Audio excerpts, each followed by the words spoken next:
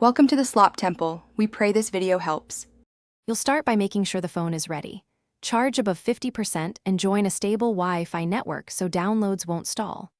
Once done, confirm you're signed into your Google account and the date/time are correct, because mismatched time can block updates.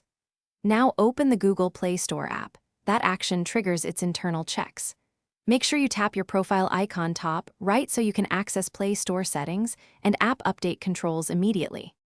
You'll continue by forcing the Play Store to check for its own update. Tap your profile, go to Settings, then About, and tap Play Store version. It will either say it's up to date or start an update. Next, go to Manage Apps and Device and update Google Play Services and Android System Web View if they appear. These components affect the Play Store. If an update fails, check storage and remove unused files or apps once space is available. Retry the downloads. Finish up by restarting your Samsung J7. A reboot applies updates cleanly and resolves leftover locks. After restart, open Play Store and verify the version in Settings to confirm success. Then enable auto-update apps under Network Preferences so you won't repeat manual steps.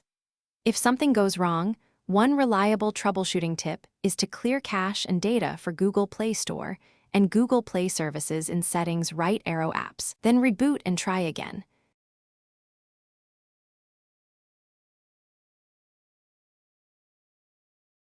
Thanks for watching. Consider subscribing if we helped you.